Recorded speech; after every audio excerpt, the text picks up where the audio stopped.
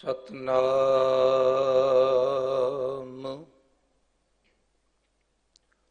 वाहिगुरु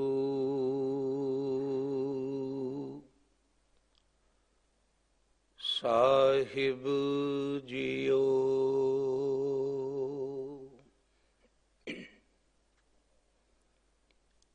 कमाले करामात कायम करी,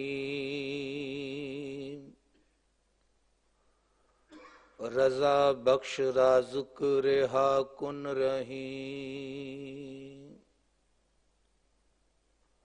अमा बख्श बख्शिंदे ओ दस्तगीर, रजा बख्श रोजी देहो दिल पजीर। नासरो मनसूर गुरु गोबिंद सिंह,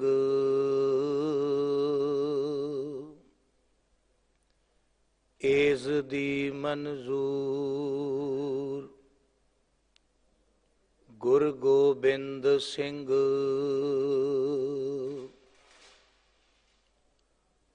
हक रा मंजूर हक रा गंजूर गुरु गोबिंद सिंह। जुमला फैजे नूर गुरु गोबिंद सिंह। हक हक अगाहा गुरु गोबिंद सिंह। शाहे शहनशाह गुरु गोबिंद सिंह।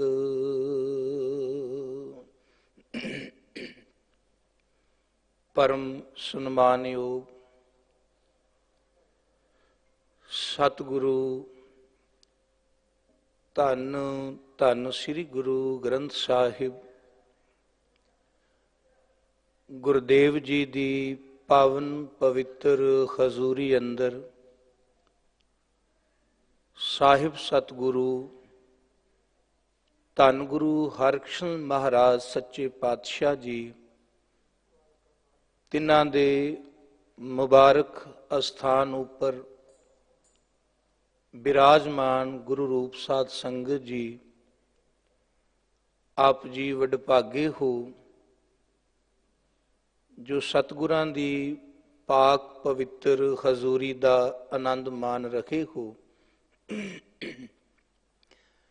प्यार सहित गुरु सवारियां पासों आप जी ने गुरबाणी कीर्तन सरवण कीता है। उस तो उपरंत सत्कारयोग सिंह साहिब ज्ञानी रंजीत सिंह जी तिन्हां दी रसना तो सतगुरु धन गुरु ग्रंथ साहिब महाराज जी दा जो अज दा लड़ीवार शब्द है उसनूं आप जी ने सरवण कीता है। गुरु किरपा सदका इस पावन पवित्र शब्द दी आपां अज विचार करनी है। ये मुबारक शब्द भट्ट साहिबाना दी बाणी विचों धन गुरु रामदास सच्चे पातशाह जी दी उस्तत विच जो भट्ट कीरत जी ने पावन सवैये उचारण कीते हन, उन्हां पावन पवित्र सवैयां विचों एक अंतिम सवैया है। भट्ट कीरत जी ने इस पावन सवैये अंदर गुरु रामदास सच्चे पातशाह जी की शरण मंगी है कि यह सतगुरु सानू अपनी शरण अपना दर बख्श दिओ। ते गुरु रामदास सच्चे पातशाह जी का दर, गुरु का दर किन्हां लई खुला है?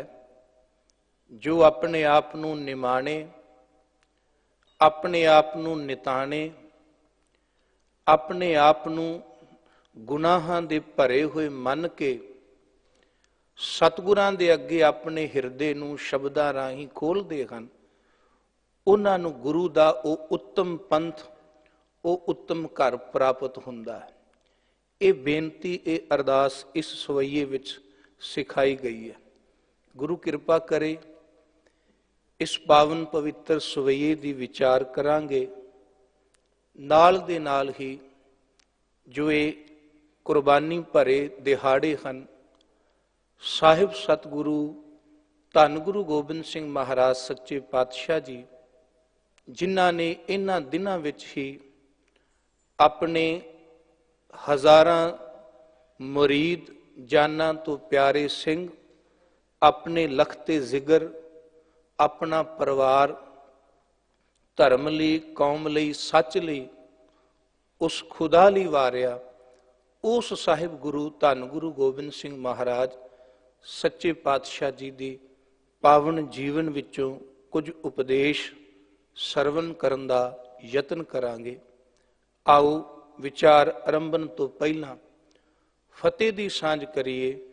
ਪਿਆਰ ਸਹਿਤ ਆਖੋ ਜੀ ਵਾਹਿਗੁਰੂ ਜੀ ਕਾ ਖਾਲਸਾ, ਵਾਹਿਗੁਰੂ ਜੀ ਕੀ ਫਤਿਹ।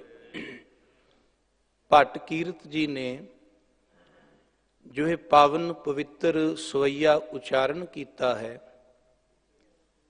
ਉਸ ਵਿੱਚ ਉਹਨਾਂ ਨੇ ਗੁਰੂ ਰਾਮਦਾਸ ਸੱਚੇ ਪਾਤਸ਼ਾਹ ਜੀ ਦੇ ਦਰ ਦੀ ਮੰਗ ਕੀਤੀ ਹੈ ਕਿ ਮੈਨੂੰ ਤੇਰਾ ਦਰ ਸਤਿਗੁਰੂ ਮਿਲ ਜਾਏ, ਤੇਰੇ ਪੰਥ ਵਿੱਚ ਮੈਂ ਸ਼ਾਮਲ ਹੋ ਜਾਵਾਂ। ਕਿਉਂ? ਕਿਉਂਕਿ ਉਹਨਾਂ ਨੇ ਕਿਹਾ, ਇੱਕ ਉੱਤਮ ਪੰਥ ਸੁਣਿਓ ਗੁਰ ਸੰਗਤ, ਤਹਿ ਮਿਲੰਤ ਜਮ ਤਰਾਸ ਮਿਟਾਏ। ਹੇ ਸਤਿਗੁਰੂ, ਮੈਂ ਤੇਰੇ ਦਰ ਦੀ, ਤੇਰੇ ਘਰ ਦੀ, ਤੇਰੇ ਪੰਥ ਦੀ ਇਹ ਸ਼ੋਭਾ ਸੁਣੀ ਹੈ।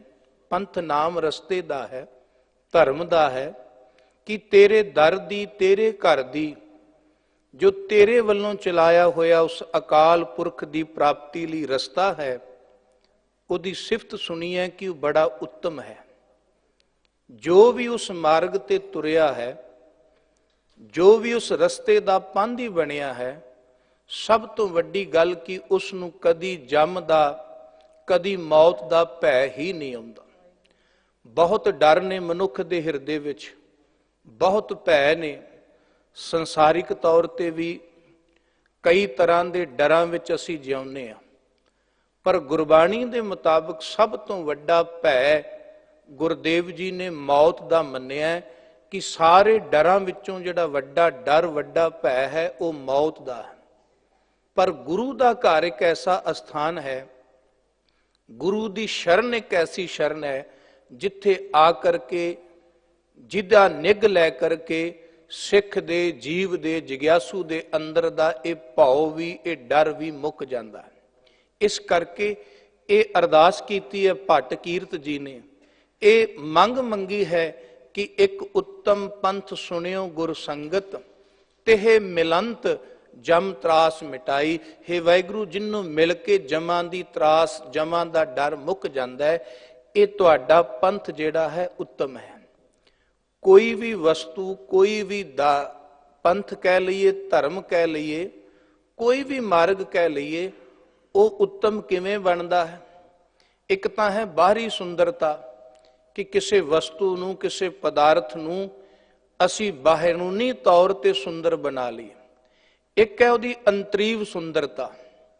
ਸਿੱਖ ਧਰਮ ਦੀ ਮਹਾਨਤਾ ਇਹ ਹੈ, ਬਾਹਰੋਂ ਤੇ ਸੁੰਦਰ ਹੈ ਹੀ ਹੈ ਨਾ, ਸਾਨੂੰ ਸਾਬਤ ਸੂਰਤ ਸਰੀਰ ਧਰਮ ਨੇ, ਇਹ ਗੁਰੂ ਸਾਹਿਬ ਜੀ ਨੇ ਬਖਸ਼ਿਆ ਹੈ ਕਿ ਆਪਣੀ ਬਾਹਰ ਦੀ ਸੁੰਦਰਤਾ ਨੂੰ ਵੀ ਹੂ ਬਹੂ ਕਾਇਮ ਰੱਖਣਾ ਹੈ।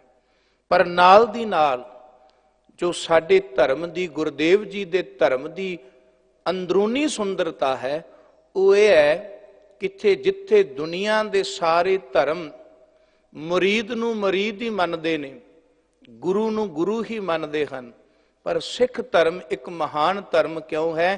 ਕਿਉਂਕਿ ਇੱਥੇ ਜੋ ਮੁਰੀਦ ਬਣ ਕੇ ਆਇਆ, ਜੋ ਸ਼ਿਸ਼ ਬਣ ਕੇ ਆਇਆ, ਜੋ ਚੇਲਾ ਬਣ ਕੇ ਆਇਆ, ਉਹ ਗੁਰੂ ਦੀ ਕਿਰਪਾ ਦਾ ਜਦੋਂ ਪਾਤਰ ਬਣਿਆ, ਉਦੋਂ ਗੁਰੂ ਨੇ ਉਸ ਨੂੰ ਆਪਣੇ ਵਰਗਾ ਹੀ ਬਣਾ ਲਿਆ।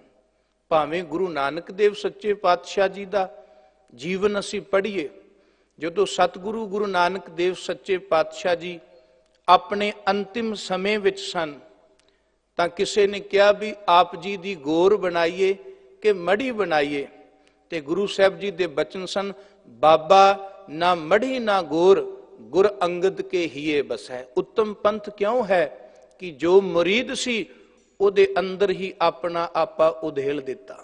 ਤੇ ਜਦੋਂ ਇਸ ਧਰਮ ਦੀ ਸੰਪੂਰਨਤਾ ਕੀਤੀ, ਧੰਨ ਗੁਰੂ ਗੋਬਿੰਦ ਸਿੰਘ ਮਹਾਰਾਜ ਸੱਚੇ ਪਾਤਸ਼ਾਹ ਜੀ ਨੇ ਵੀ ਉਹੀ ਸ਼ਬਦ ਦੁਹਰਾਏ, ਬਸ ਅਲਫਾਜ਼ ਨਵੇਂ ਸਨ। ਭਾਵ ਉਹੀ ਸੀ, ਖਾਲਸਾ ਮੇਰੋ ਸਤਿਗੁਰ ਪੂਰਾ, ਖਾਲਸਾ ਮੇਰੋ ਸੱਜਣ ਸੂਰਾ। ਤੇ ਬਚਨ ਕੀਤੇ ਸਨ, ਖਾਲਸੇ ਮੈਂ ਹੂੰ ਕਰੂੰ ਨਿਵਾਸ, ਮੈਂ ਆਪਣਾ ਨਿਵਾਸ ਖਾਲਸੇ ਦੇ ਵਿੱਚ ਹੀ ਕੀਤਾ ਹੈ। ਇਸ ਕਰਕੇ ਇਹ ਉੱਤਮ ਪੰਥ ਹੈ। ਗੁਰੂ ਗੋਬਿੰਦ ਸਿੰਘ ਮਹਾਰਾਜ ਸੱਚੇ ਪਾਤਸ਼ਾਹ ਜਿਨ੍ਹਾਂ ਇਸ ਪੰਥ ਲਈ, ਆਪਣੇ ਪਿਆਰਿਆਂ ਲਈ ਸਾਰਾ ਕੁਝ ਵਾਰਿਆ। ਅਸੀਂ ਉਹਨਾਂ ਦਾ ਇਹ ਰੂਪ ਤਾਂ ਦੇਖਦੇ ਹਾਂ ਕਿ ਉਹਨਾਂ ਨੇ ਸ਼ਮਸ਼ੀਰ ਪਕੜੀ, ਜ਼ਾਲਮ ਦਾ ਮੂੰਹ ਤੋੜਿਆ, ਅਨੇਕਾਂ ਜੰਗਾਂ ਯੁੱਧਾਂ ਦੇ ਵਿੱਚ ਜੂਝੇ, ਦੁਸ਼ਮਣ ਨੂੰ ਸਦਾ ਹੀ ਉਹਨਾਂ ਨੇ ਪਰਾਜਿਤ ਕੀਤਾ। ਪਰ ਜੇ ਸਤਿਗੁਰੂ ਗੁਰੂ ਗੋਬਿੰਦ ਸਿੰਘ ਮਹਾਰਾਜ ਸੱਚੇ ਪਾਤਸ਼ਾਹ ਜੀ ਦਾ ਹਿਰਦਾ ਦੇਖੀਏ ਵੀ ਕਿੰਨਾ ਕੋਮਲ ਸੀ, ਕਿੰਨਾ ਪਿਆਰ ਵਾਲੇ ਸਨ ਉਹ। ਇੱਕ ਯੋਧੇ ਦਾ ਹਿਰਦਾ ਕੋਮਲ ਹੋਣਾ ਬੜੀ ਔਖੀ ਗੱਲ ਹੈ। ਸੰਸਾਰੀ ਯੋਧਾ ਹੋਵੇ, ਸ਼ਸਤਰਧਾਰੀ ਹੋਵੇ, ਉਨਾ ਹੀ ਅੰਦਰੋਂ ਕਠੋਰ ਹੋ ਜਾਂਦਾ ਹੈ। ਪਰ ਗੁਰਦੇਵ ਜੀ ਦਾ ਹਿਰਦਾ, ਜਿੰਨੇ ਉਹ ਯੋਧੇ ਹਨ ਉਤਨਾ ਹੀ ਉਹਨਾਂ ਦਾ ਹਿਰਦਾ ਅੰਦਰੋਂ ਕੋਮਲ ਹੈ। ਜਦੋਂ ਅੱਲਾ ਯਾਰਖਾਂ ਜੋਗੀ ਧੰਨ ਗੁਰੂ ਗੋਬਿੰਦ ਸਿੰਘ ਮਹਾਰਾਜ ਸੱਚੇ ਪਾਤਸ਼ਾਹ ਜੀ ਦੀ ਸਿਫਤ ਕਰਦਾ ਹੈ ਨਾ, ਯਾਦ ਰੱਖਿਓ ਵੀ ਪੰਥ ਕਿਉਂ ਉੱਤਮ ਹੈ। ਉਹ ਪੰਥ ਜਿਹੜਾ ਪ੍ਰਭੂ ਦੇ ਨਾਲ ਮਿਲਾਪ ਕਰਵਾਉਂਦਾ ਹੈ। ਗੁਰੂ ਨਾਨਕ ਦਾ ਘਰ, ਧੰਨ ਗੁਰੂ ਗੋਬਿੰਦ ਸਿੰਘ ਮਹਾਰਾਜ ਸੱਚੇ ਪਾਤਸ਼ਾਹ ਜੀ ਦਾ ਦਰ ਕਿਉਂ ਉੱਤਮ ਹੈ? ਕਿਉਂਕਿ ਗੁਰਦੇਵ ਜੀ ਨੇ ਜੋ ਸਤਿਕਾਰ, ਜੋ ਅਦਬ ਆਪਣੇ ਮੁਰੀਦਾਂ ਨੂੰ, ਆਪਣੇ ਪਿਆਰਿਆਂ ਨੂੰ ਦਿੱਤਾ ਹੈ, ਦੁਨੀਆ ਦੀ ਤਵਾਰੀਖ ਵਿੱਚ ਕਿਸੇ ਹੋਰ ਧਰਮ ਵਿੱਚ ਆਪ ਜੀ ਨੂੰ ਨਹੀਂ ਮਿਲੇਗਾ। ਮੁਰੀਦਾਂ ਨੂੰ ਆਪਣਾ ਰੂਪ ਬਣਾ ਲੈਣਾ, ਆਪਣੇ ਨਾਲ ਬਿਠਾ ਲੈਣਾ ਬੜੀ ਔਖੀ ਵਾਰਤਾ ਹੈ। ਗੁਰੂ ਗੋਬਿੰਦ ਸਿੰਘ ਮਹਾਰਾਜ ਸੱਚੇ ਪਾਤਸ਼ਾਹ ਜੀ ਦੀ ਸਿਫਤ ਲਿਖਦਿਆਂ ਅੱਲਾ ਯਾਰਖਾਂ ਜੋਗੀ ਜੀ ਕਹਿੰਦੇ ਨੇ, ਸਭ ਤੋਂ ਪਹਿਲਾਂ ਵੇਖੋ ਕਿੱਡੀ ਵੱਡੀ ਉਹ ਗੱਲ ਕਰਦੇ ਨੇ। ਕਹਿੰਦੇ ਕਰਤਾਰ ਕੀ ਸੌਗੰਧ ਹੈ, ਨਾਨਕ ਕੀ ਕਸਮ ਹੈ, ਜਿਤਨੀ ਵੀ ਹੋ ਤਾਰੀਫ ਗੋਬਿੰਦ ਕੀ ਉਹ ਕਮ ਹੈ। ਕਹਿੰਦੇ ਸਭ ਤੋਂ ਵੱਡੀ ਗੱਲ ਤੇ ਵੀ ਮੈਂ ਜਿੰਨੀ ਮਰਜ਼ੀ ਸਿਫਤ ਕਰ ਲਵਾਂ, ਪਰ ਗੁਰੂ ਗੋਬਿੰਦ ਸਿੰਘ ਮਹਾਰਾਜ ਸੱਚੇ ਪਾਤਸ਼ਾਹ ਜੀ ਦੀ ਮੈਂ ਸਿਫਤ ਨਹੀਂ ਕਰ ਸਕਦਾ। ਹਰ ਚੰਦ ਭਾਵਾਂ ਕੀ ਕਹਿੰਦੇ, ਹਰ ਚੰਦ ਮੇਰੇ हाथ में पुरजोर कलम है, सतगुर के लिखूं वसब क्या ताबे रकम है। एक आंख से बुलबुला कुल बहर को देखे, साहिल को या मंझधार को ਜਾਂ ਲਾਹਿਰ को देखे। ਕਹਿੰਦੇ ਮੇਰੀ ਕਲਮ ਤਾਂ ਇੱਕ ਅੱਖ ਵਾਲੀ ਹੈ, ਭਾਵ ਇੱਕ ਤਰਫਾ ਦੇਖੇਗੀ। ਕੀ ਮੈਂ ਬਿਆਨ ਕਰਾਂ? ਗੁਰੂ ਗੋਬਿੰਦ ਸਿੰਘ ਮਹਾਰਾਜ ਸੱਚੇ ਪਾਤਸ਼ਾਹ ਜੀ ਦੀ ਬਹਾਦਰੀ ਬਿਆਨ ਕਰਾਂ, ਉਹਨਾਂ ਦੀ ਰਹਿਮਦਿਲੀ ਬਿਆਨ ਕਰਾਂ, ਉਹਨਾਂ ਦੀ ਆਪਣੇ ਅੰਦਰ ਸਿਖਰਤਾ ਦੀ ਭਗਤੀ ਬਿਆਨ ਕਰਾਂ। ਕਿੰਨੇ ਵੱਡੇ ਭਗਤ ਸਨ ਉਹ ਅਕਾਲ ਪੁਰਖ ਵਾਹਿਗੁਰੂ ਦੇ, ਕਿੰਨੀ ਵੱਡੀ ਉਹਨਾਂ ਦੇ ਅੰਦਰ ਸਮਰਪਣ ਦੀ ਭਾਵਨਾ ਸੀ ਕਿ ਆਪਣਾ ਆਪਾ, ਆਪਣਾ ਪਰਿਵਾਰ ਉਹਨਾਂ ਨੇ ਵਾਰ ਦਿੱਤਾ, ਸਮਰਪਣ ਕਰ ਦਿੱਤਾ। ਕਹਿੰਦੇ ਇਸ ਅੱਖ ਦੇ ਨਾਲ, ਇੱਕ ਕਲਮ ਦੇ ਨਾਲ ਮੈਂ ਗੁਰੂ ਗੋਬਿੰਦ ਸਿੰਘ ਮਹਾਰਾਜ ਸੱਚੇ ਪਾਤਸ਼ਾਹ ਜੀ ਦੀ ਕੀ ਸਿਫਤ ਕਰਾਂ। ਭਗਤੀ ਵਿੱਚ ਵੀ ਗੁਰੂ ਗੋਬਿੰਦ ਸਿੰਘ ਮਹਾਰਾਜ ਸਿਖਰ ਹਨ, ਦਾਨ ਵਿੱਚ ਵੀ ਗੁਰੂ ਗੋਬਿੰਦ ਸਿੰਘ ਮਹਾਰਾਜ ਸਿਖਰ ਹਨ, ਬਹਾਦਰੀ ਵਿੱਚ ਵੀ ਗੁਰੂ ਗੋਬਿੰਦ ਸਿੰਘ ਮਹਾਰਾਜ ਸੱਚੇ ਪਾਤਸ਼ਾਹ ਜੀ ਸਿਖਰ ਹਨ। ਇਸ ਕਰਕੇ ਕਹਿੰਦੇ ਏਕ ਆਂਖ ਸੇ ਬੁਲਬੁਲਾ ਕੁਲ ਬਹਿਰ ਕੋ ਦੇਖੇ। ਕਿੱਡੇ ਕੁ ਵੱਡੇ ਦਰਿਆ ਨੂੰ ਅੱਖ ਦੇ ਨਾਲ ਬੰਦਾ ਦੇਖ ਲੇਗਾ, ਉਹਦੀਆਂ ਲਹਿਰਾਂ ਦੇਖੇਗਾ, ਉਹਦੇ ਕਿਨਾਰੇ ਦੇਖੇਗਾ ਜਾਂ ਉਹਦੀ ਗਹਿਰਾਈ ਨੂੰ ਦੇਖੇਗਾ। ਇਸ ਕਰਕੇ ਕਹਿੰਦੇ ਇਨਸਾਫ ਕਰੇ ਜੀ में जमाना तो यकीन है, कह दे के गुरु गोबिंद का सानी ही नहीं है। यह प्यार मुरीदों से यह शफकत भी कहीं है, भक्ति में गुरु अर्श और संसार जमी है। कहते जे कोई जमाने विच जीव इंसाफ करन दा हिया करे ते उन्होंने कहना पेगा कि गुरु गोबिंद सिंह महाराज सच्चे पातशाह जी दा सानी, उन्हां दे मुकाबले दा दुनिया विच कोई होर गुरदेव नहीं, क्योंकि उन्हां दा रुतबा, उन्हां दा मरातबा भगती में गुरु अर्श संसार जमी है।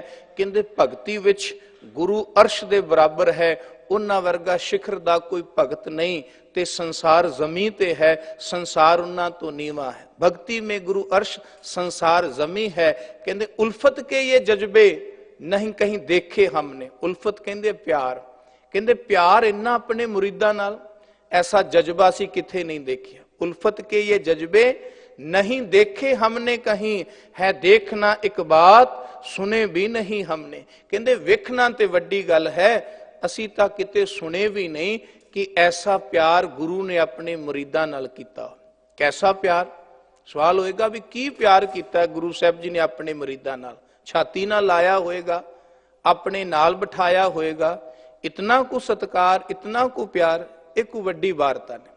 पर अल्लाह यार खां जोगी देखो दी सुरत किन्नी कमाल दी सी।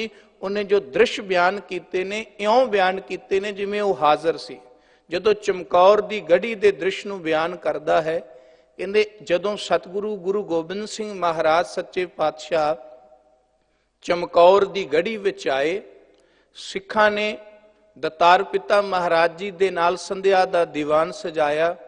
उस तों बाद खैमे बनाए जिवें दे बने, ते सारे मुरीद सेवक कुछ पहरा देन लग गए, कुछ अपना गुरदेव पिता महाराज जी दा हुक्म पा करके गढ़ी दे विच जिथे जिथे थां मिली उत्थे उत्थे आराम लई चले गए। जो उन्हां दे बचन ने कि कुछ लेट गए खाक पे जी पोश बिछाकर, पहरा देने लगे कई तलवार उठाकर, गोविंद भी शब्बास हुए खैमे में जाकर, देखा तो वहां बैठे थे गर्दन को झुकाकर, वाह गुरु था मुंह से निकलता है, तू ही तू था मुंह से निकलता। कहते गुरुदेव जी परमात्मा दे स्वरूप सतगुरु जी उस परमात्मा नाल एक मिक ने सिंह आराम पै करते ने। किन्ना प्यार सी मुरीदां नाल। जदों सतगुरु जी 1.5 कु घड़ी रात बीत गई ते अपने खैमे तो बाहर आए। जब 1.5 घड़ी रात बीती जिक्रे खुदा में, खैमे से निकल आए सरकार हवा में, कदमों से टहलते थे मगर दिल था दुआ में। उदों कदमां दे नाल तां टहलदे ने पर हिरदा उस मालिक दी रजा विच है। उत्थे अपने मुरीद पए होए वेखे, सिख पए होए वेखे, जिन्हां ने छोटे दस्तारे सजाए सन। इन्ना कु रजवी नींद उत्थे चमकौर दी गढ़ी विच ओ सिंह सुत्ते जिन्हां कल नूं जूझना सी। मां कवि जी आखदे ने कि कईयां दे दस्तारे खुले सन सुत्तियां, ते कईयां ने जदों सराणे जिहड़े बनाए सन वो घोड़ियां दीयां काठियां सन, जीन सन, पर सुत्तियां जदों पासे लए वो काठियां तो सिर सरक गए। कईयां दे केस जिहड़े सन पवित्र केस, उन्हां नूं किते किते मिट्टी दे कण धूड़ लग गई। पर जदों गुरु साहब सच्चे पातशाह जी दी कोलों दी गुजरदे ने, साफे कभी सिंगों के उठाते थे जमी से। कहंदे मुरीद दे साफा, मुरीद दे सेवक बन गए धन गुरु गोबिंद सिंह। इस करके कहंदे ऐसे जज्बे मुहब्बत दे, ऐसे जज्बे प्यार दे एक गुरु दे अपने मुरीद नाल शायद ही किते सुनन नूं, किते देखण नूं मिलन। कहंदे साफे कभी सिंगों के उठाते थे जमी से, केस उसके जो झाड़े ली खाक उसी की जबी से। साफे ही नहीं चुके, सिखां दे केस झाड़े, जो मिट्टी जो खाक केस नूं लगी सी, वो खाक गुरदेव पिता महाराज ने अपनी जबी, जबी कहंदे मस्तक नूं, अपने मस्तक नूं लाई कि ये मेरे प्यारे हन, ये मेरे सेवक हन। केस उसके जो झाड़े ली खाक उसी की जबी से, सर ठीक किए सरके हुए बालशें जी से, तरतीब दी हर चीज को ला ला के कहीं से। हाशा किसी मुर्शद में ये इसार नहीं है, किसी पीर में ये प्यार जिनहार नहीं है। हाशा कहते सचमुच ये गल यकीनन है, किसी भी प्यारे दे अंदर, किसी भी पीर अंदर, किसी भी पैगंबर अंदर ऐसा प्यार देखने को मिलेगा नहीं। हाशा किसी मुर्शद में ये प्यार नहीं, इसार नहीं है। इसार कहते हैं नेक दिली, दरिया दिली, मेहरबानी वाला सुभाव, कि इन्ने मेहरबान हो गए अपने प्यारियां दे, अपने मुरीदां दे केस झाड़ते ने, उन्हां दे साफे चुकते ने, उन्हां दे सिर ठीक करते ने। तरतीब दी हर चीज को ला ला के कहीं से, हर चीज नूं, जे किसी दा शस्त्र उहदे तो थोड़ा दूर है, सतगुरु जी उहदी सिरी साहब उहदा शस्त्र उहदे पास रखते ने, उहदे केसां दे पास उहदा दस्तारा रखते ने। इस तरह गुरदेव पिता महाराज ਧੰਨ ਗੁਰੂ ਗੋਬਿੰਦ ਸਿੰਘ ਸੱਚੇ ਪਾਤਸ਼ਾਹ ਜੀ ਆਪਣੇ ਮੁਰੀਦਾਂ ਦੀ ਸੇਵਾ ਵਿੱਚ ਸਮਾਂ ਬਤੀਤ ਕਰਦੇ ਨੇ। ਇਸ ਕਰਕੇ ਕਵੀ ਜੀ ਨੂੰ ਕਹਿਣਾ ਪਿਆ ਕਿ ਜੇ ਇਨਸਾਫ ਕਰੇ ਜ਼ਮਾਨਾ ਤੇ ਉਹਨੂੰ ਕਹਿਣਾ ਪਏਗਾ ਕਿ ਧੰਨ ਗੁਰੂ ਗੋਬਿੰਦ ਸਿੰਘ ਮਹਾਰਾਜ ਸੱਚੇ ਪਾਤਸ਼ਾਹ ਵਰਗਾ ਸੰਸਾਰ ਤੇ ਕੋਈ ਪੈਗੰਬਰ ਨਹੀਂ, ਗੁਰੂ ਗੋਬਿੰਦ ਸਿੰਘ ਮਹਾਰਾਜ ਸੱਚੇ ਪਾਤਸ਼ਾਹ ਵਰਗਾ ਕੋਈ ਮੁਰਸ਼ਿਦ ਨਹੀਂ, ਉਹਨਾਂ ਵਰਗਾ ਕੋਈ ਭਗਤ ਨਹੀਂ, ਉਹਨਾਂ ਵਰਗਾ ਕੋਈ ਯੋਧਾ ਨਹੀਂ। ਯੋਧੇ ਦੀ ਗੱਲ ਅਸੀਂ ਤਾਂ ਇਹ ਸੋਚਦੇ ਆ ਨਾ ਵੀ ਉਹ ਸੂਰਮਾ ਜਿਹੜਾ ਸ਼ਸਤਰ ਨਾਲ ਮਾਰਦੇ, ਪਰ ਗੁਰੂ ਗੋਬਿੰਦ ਸਿੰਘ ਮਹਾਰਾਜ ਸੱਚੇ ਪਾਤਸ਼ਾਹ ਜੀ ਤਾਂ ਉਹ ਸੂਰਮੇ ਸਨ ਜਿਨ੍ਹਾਂ ਤੇਗ ਤਾਂ ਵਾਹੀ, ਕਈ ਜ਼ਾਲਮਾਂ ਨੂੰ ਤੇਗ ਦੀ ਚੰਡੀ ਦੀ ਭੇਟ ਕੀਤਾ, ਪਰ ਜਦੋਂ ਵੱਡੇ ਜ਼ਾਲਮ ਨੂੰ ਮਾਰਨ ਦੀ ਗੱਲ ਆਈ ਤੇ ਸਤਿਗੁਰਾਂ ਨੇ ਆਪਣੇ ਸ਼ਬਦਾਂ ਦੇ ਬੋਲਾਂ ਨਾਲ ਹੀ, ਆਪਣੇ ਸ਼ਬਦਾਂ ਦੇ ਤੀਰਾਂ ਨਾਲ ਹੀ ਵੱਡੇ ਜ਼ਾਲਮ ਔਰੰਗਜ਼ੇਬ ਨੂੰ ਮਾਰ ਦਿੱਤਾ। ਜ਼ਫਰਨਾਮਾ ਗੁਰੂ ਗੋਬਿੰਦ ਸਿੰਘ ਮਹਾਰਾਜ ਸੱਚੇ ਪਾਤਸ਼ਾਹ ਜੀ ਦੀ ਜਿੱਤ ਦਾ ਡੰਕਾ ਵਜਾਂਦਾ ਹੈ।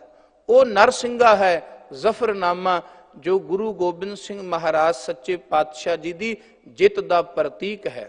ਕਿਉਂਕਿ ਦੁਨੀਆ ਦੇ ਲੋਕ ਜੇਤੂ ਉਸ ਨੂੰ ਮੰਨਦੇ ਨੇ ਜਿਹੜਾ ਮਾਲ ਅਸਬਾਬ ਤੇ ਕਬਜ਼ਾ ਕਰ ਲੇ, ਜੋ ਜ਼ਮੀਨ ਤੇ ਮਾਲ ਅਸਬਾਬ ਤੇ ਕਬਜ਼ਾ ਕਰ ਲੇ, ਜੋ ਕਿਸੇ ਨੂੰ ਬੰਦੀ ਬਣਾ ਲੇ। ਪਰ ਗੁਰਦੇਵ ਪਿਤਾ ਮਹਾਰਾਜ ਨੇ ਜਦੋਂ ਔਰੰਗਜ਼ੇਬ ਨੂੰ ਜ਼ਫਰਨਾਮਾ ਲਿਖਿਆ ਤੇ ਉਹਨੂੰ ਇਹ ਬੋਲ ਕਹੇ, ਕਿਤੇ ਤੂੰ ਸੋਚਦਾ ਹੋਏਗਾ ਕਿ ਅੱਜ ਗੁਰੂ ਗੋਬਿੰਦ ਸਿੰਘ ਕੋਲ ਫੌਜਾਂ ਨਹੀਂ ਰਹੀਆਂ, ਘੋੜੇ ਨਹੀਂ ਰਹੇ, ਸਿੰਘ ਨਹੀਂ ਰਹੇ, ਸਾਜੋ ਸਮਾਨ ਨਹੀਂ ਰਿਹਾ ਤੇ ਮੈਂ ਜੇਤੂ ਕਰਾਰ ਹੋ ਗਿਆ। ਪਰ ਔਰੰਗਜ਼ੇਬ ਤੇਰਾ ਭੁਲੇਖਾ ਹੈ, ਕਿਉਂਕਿ ਤੇਰੀ ਨਜ਼ਰ ਤੁਰਾਗਰ ਨਜ਼ਰ ਅਸਤ ਲਸ਼ਕਰ व ਜ਼ਰ ਕਿ ਮਾਰਾ ਨਿਗਾਹ ਅਸਤ ਯਜਦਾ ਸ਼ੁਕਰ, ਕਿ ਤੇਰੀ ਨਿਗਾਹ ਤੇ ਸਿਰਫ ਇਹਨਾਂ ਗੱਲਾਂ ਤੇ ਹੈ ਕਿ ਮੇਰੇ ਕੋਲ ਬੜਾ ਵੱਡਾ ਲਸ਼ਕਰ ਹੈ, ਮੇਰੇ ਕੋਲ ਬੜੀ ਵੱਡੀ ਫੌਜ ਹੈ, ਮੇਰੇ ਕੋਲ ਬੜਾ ਵੱਡਾ ਮਾਲੋ ਅਸਬਾਬ ਹੈ। ਪਰ ਕਹਿਣ ਲੱਗੇ ਜੇ ਤੇਰੀ ਨਜ਼ਰ ਇਸ ਚੀਜ਼ ਤੇ ਹੈ ਤਾਂ ਮੇਰੀ ਨਜ਼ਰ ਕਿਹਦੇ ਤੇ ਹੈ? ਮੇਰੀ ਨਜ਼ਰ ਸਦਾ ਅਕਾਲ ਪੁਰਖ ਵਾਹਿਗੁਰੂ ਦੇ ਸ਼ੁਕਰ ਵਿੱਚ ਹੈ, ਮੇਰੀ ਸੁਰਤ ਸਦਾ ਉਹਦੇ ਸ਼ੁਕਰ ਵਿੱਚ ਹੈ। ਤੁਰਾਗਰ ਨਜ਼ਰ ਅਸਤ ਲਸ਼ਕਰ ਵ ਜ਼ਰ ਕਿ ਮਾਰਾ ਨਿਗਾਹ ਅਸਤ ਯਜਦਾ ਸ਼ੁਕਰ, ਤੁਰਾਗਰ ਗਰੂਰ ਬਰ ਮੁਲਕੋ ਮਾਰ ਕਿ ਮਾਰਾ ਨਿਗਾਹ ਅਸਤ ਯਜਦਾ ਅਕਾਲ, ਕਿ ਤੇਰੀ ਤੇ ਨਜ਼ਰ ਤੈਨੂੰ ਤੇ ਗਰੂਰ ਹੈ ਕਿ ਮੇਰੇ ਕੋਲ ਬੜਾ ਸੋਹਣਾ ਮੁਲਕ ਹੈ, ਬੜਾ ਸੋਹਣਾ ਮਾਲੋ ਸ਼ੌਕਤ ਹੈ, ਪਰ ਮੇਰੀ ਨਜ਼ਰ, ਮੇਰੀ ਸੁਰਤ, ਮੇਰੀ ਸੋਚ ਉਸ ਅਕਾਲ ਪੁਰਖ ਵਾਹਿਗੁਰੂ ਦੇ ਭਾਣੇ ਵਿੱਚ ਹੈ, ਉਹਦੀ ਰਜਾ ਵਿੱਚ ਹੈ। ਇਸ ਕਰਕੇ ਤੇਰਾ ਇਹ ਭੁਲੇਖਾ ਹੈ ਕਿ ਤੂੰ ਮੈਨੂੰ ਜਿੱਤ ਲਏਗਾ, ਤੂੰ ਮੈਨੂੰ ਡੁਲਾ ਦੇਂਗਾ। ਭਾਵੇਂ ਮੇਰੇ ਕੋਲ ਸਿੰਘ ਨਹੀਂ ਰਹੇ, ਭਾਵੇਂ ਇਸ ਵਕਤ ਮੇਰੇ ਕੋਲ ਪਰਿਵਾਰ ਨਹੀਂ ਰਿਹਾ, ਪਰ ਫਿਰ ਵੀ ਜਦੋਂ ਗੁਰਦੇਵ ਪਿਤਾ ਮਹਾਰਾਜ ਨੇ ਜ਼ਫਰਨਾਮਾ ਲਿਖਿਆ ਦੀਨੇ ਕਾਂਗੜ ਦੀ ਧਰਤੀ ਤੇ, ਉਸ ਵਕਤ ਤੱਕ ਇਸ ਦਿਨ ਸਤਿਗੁਰਾਂ ਨੇ ਚਮਕੌਰ ਦੀ ਗੜੀ ਛੱਡੀ, ਰਾਤ ਚਮਕੌਰ ਦੀ ਗੜੀ ਛੱਡੀ। ਭਾਈ ਸੰਗਤ ਸਿੰਘ ਜੀ ਨੂੰ ਆਪਣੇ ਸਤਿਗੁਰੂ ਧੰਨ ਗੁਰੂ ਗੋਬਿੰਦ ਸਿੰਘ ਮਹਾਰਾਜ ਜੀ ਕਲਗੀ ਤੋੜਾ ਦੇ ਕਰਕੇ ਦਤਾਰ ਪਿਤਾ ਮਹਾਰਾਜ ਜੀ ਚਮਕੌਰ ਦੀ ਗੜੀ ਵਿੱਚੋਂ ਨਿਕਲਦੇ ਹਨ, ਪੀਰੇ ਹਿੰਦ ਮੇਰ ਅਵਧ ਦਾ ਹੋਕਾ ਦੇ ਕਰਕੇ। ਭਾਈ ਸੰਗਤ ਸਿੰਘ ਜੀ ਤੇ ਉਹਨਾਂ ਦੇ ਨਾਲ ਦੇ ਸਿੰਘ ਇਸ ਦਿਨ ਸ਼ਹੀਦ ਹੁੰਦੇ ਨੇ। ਜਦੋਂ ਜ਼ਾਲਮਾਂ ਨੇ ਦੇਖਿਆ, ਕਿਉਂਕਿ ਗੁਰੂ ਗੋਬਿੰਦ ਸਿੰਘ ਮਹਾਰਾਜ ਜੀ ਦੀ ਕਲਗੀ ਤੋਂ ਪਛਾਣ ਕਰਨੀ ਸੀ ਉਹਨਾਂ ਨੇ, ਜਦੋਂ ਕਲਗੀ ਦੇਖੀ ਤਾਂ ਸੋਚਿਆ ਵੀ ਅਸੀਂ ਗੁਰੂ ਗੋਬਿੰਦ ਸਿੰਘ ਨੂੰ ਮਾਰ ਲਿਆ।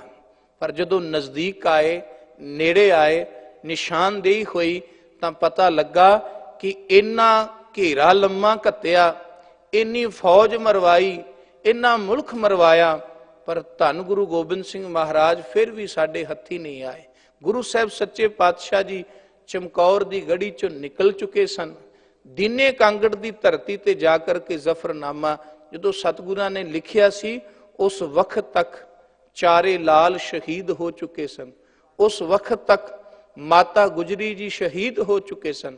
ਉਸ ਵਕਤ ਤੱਕ ਧੰਨ ਗੁਰੂ ਗੋਬਿੰਦ ਸਿੰਘ ਮਹਾਰਾਜ ਸੱਚੇ ਪਾਤਸ਼ਾਹ ਜੀ ਦੇ ਲੱਖਾਂ ਹੀ ਮੁਰੀਦ ਸ਼ਹੀਦ ਹੋ ਚੁੱਕੇ ਸਨ। ਪਰ ਸਤਿਗੁਰ ਦੀ ਸੁਰਤ ਕਿੰਨੀ ਚੜ੍ਹਦੀ ਕਲਾ ਵਿੱਚ ਸੀ। ਔਰੰਗਜ਼ੇਬ ਨੂੰ ਲਿਖਦੇ ਨੇ, ਨਾ ਸਾਜੋ ਨਾ ਬਾਜੋ ਨਾ ਤਾਜੋ ਨਾ ਤਖਤ, ਕਹਿੰਦੇ ਅੱਜ ਮੇਰੇ ਕੋਲ ਤਖਤ ਨਹੀਂ, ਸਾਜ਼ ਬਾਜ ਨਹੀਂ, ਘੋੜੇ ਹਾਥੀ ਨਹੀਂ, ਪਰ ਖੁਦਾਵੰਦ ਬਖਸ਼ਿੰਦੇ ਐਸ਼ ਅਰਸ਼, ਮੈਨੂੰ ਖੁਦਾ ਨੇ ਮਾਲਕ ਨੇ ਜੋ ਐਸ਼ ਬਖਸ਼ੀ ਸੀ, ਜੋ ਆਨੰਦ ਬਖਸ਼ਿਆ ਸੀ, ਉਹ ਅੱਜ ਵੀ ਇਸੇ ਤਰ੍ਹਾਂ ਬਰਕਰਾਰ ਹੈ। ਸਾਜਿਆਂ ਬਾਜਾਂ ਦੇ ਨਾਲ, ਹਾਥੀ ਘੋੜਿਆਂ ਦੇ ਨਾਲ ਨਾ ਮੈਨੂੰ ਆਨੰਦ ਆਇਆ ਸੀ ਤੇ ਨਾ ਉਹਨਾਂ ਦੇ ਜਾਣ ਦੇ ਨਾਲ ਇਹ ਆਨੰਦ ਚਲਾ ਜਾਏਗਾ। ਕਿਉਂਕਿ ਜੋ ਚੀਜ਼ ਅਸੀਂ, ਜੋ ਸੁੱਖ ਅਸੀਂ ਦੁਨੀਆ ਦੀਆਂ ਬਾਹਰੀ ਚੀਜ਼ਾਂ ਤੋਂ ਮਾਣਦੇ ਹਾਂ ਜਾਂ ਭਰਮ ਪਾਲਦੇ ਹਾਂ, ਜਦੋਂ ਉਹ ਚੀਜ਼ਾਂ ਸਾਡੇ ਤੋਂ ਦੂਰ ਹੁੰਦੀਆਂ ਨੇ, ਉਹ ਆਪਣਾ ਸਕੂਨ, ਆਪਣਾ ਸੁੱਖ ਵੀ ਨਾਲ ਲੈ ਜਾਂਦੀਆਂ ਨੇ। ਉਹਦੀ ਥਾਂ ਤੇ ਫਿਰ ਪੀੜਾ, ਦੁੱਖ, ਗਮ ਰਹਿ ਜਾਂਦਾ ਹੈ। ਕਿਉਂਕਿ ਜੋ ਬਾਹਰ ਦੀਆਂ ਚੀਜ਼ਾਂ ਤੋਂ ਮਿਲਿਆ ਤੇ ਬਾਹਰ ਦੀਆਂ ਚੀਜ਼ਾਂ ਨੇ ਤੇ ਵਿਛੜਨਾ ਹੈ, ਦੂਰੀ ਬਣਨੀ ਹੈ। ਇਸ ਕਰਕੇ ਦਾਤਾ ਜੀ ਕਹਿੰਦੇ ਨਾ ਉਹਨਾਂ ਵਸਤੂਆਂ ਨਾਲ ਮੈਨੂੰ ਆਨੰਦ ਆਇਆ ਸੀ ਤੇ ਨਾ ਉਹਨਾਂ ਦੇ ਜਾਣ ਨਾਲ ਮੇਰੇ ਆਨੰਦ ਵਿੱਚ ਕੋਈ ਫਰਕ ਪਿਆ ਹੈ। ਨਾ ਸਾਜੋ ਨਾ ਬਾਜੋ ਨਾ ਫੌਜੋ ਨਾ ਫਰਸ਼, ਖੁਦਾਵੰਦ ਬਖਸ਼ਿੰਦੇ ਐਸ਼ ਅਸ। ਖੁਦਾ ਨੇ ਮੈਨੂੰ ਐਸ਼ ਬਖਸ਼ੀ ਹੈ, ਆਨੰਦ ਬਖਸ਼ਿਆ ਹੈ। ਤੇਰੇ ਵਰਗਾ ਚਲਾਕ ਕਾਂ ਮੇਰੇ ਉਸ ਆਨੰਦ ਨੂੰ ਚੁਰਾ ਨਹੀਂ ਸਕਦਾ, ਕਿਉਂਕਿ ਮੇਰੇ ਉੱਤੇ ਅਕਾਲ ਪੁਰਖ ਵਾਹਿਗੁਰੂ ਜੀ ਦਾ ਸਾਇਆ ਹੈ। ਇਹ ਜ਼ਫਰਨਾਮੇ ਦੇ ਸ਼ੇਰ ਨੇ ਜੋ ਗੁਰੂ ਸਾਹਿਬ ਜੀ ਨੇ ਔਰੰਗਜ਼ੇਬ ਨੂੰ ਲਿਖੇ, ਜਿਹਦੇ ਨਾਂ ਤੋਂ ਦੁਨੀਆ ਕੰਬਦੀ ਸੀ, ਜਿਹਦਾ ਨਾਂ ਲਿਆ ਵੀ ਦੁਨੀਆ ਦੇ ਅੰਦਰ ਕੰਬਣੀ ਸ਼ੁਰੂ ਹੋ ਜਾਂਦੀ ਸੀ। ਤੇ ਗੁਰੂ ਸਾਹਿਬ ਉਸ ਨੂੰ ਚਲਾਕ ਕਾਂ, ਕਮਜ਼ੋਰ ਗਿੱਦੜ, ਛਾਤਰ ਲੋਂਬੜ ਇਹ ਸ਼ਬਦਾਂ ਨਾਲ ਮੁਖਾਤਿਬ ਹੁੰਦੇ ਨੇ ਤੇ ਕਹਿੰਦੇ ਮੇਰੇ ਤੇ ਤਾਂ ਅਕਾਲ ਪੁਰਖ ਵਾਹਿਗੁਰੂ ਦਾ ਸਾਇਆ ਹੈ।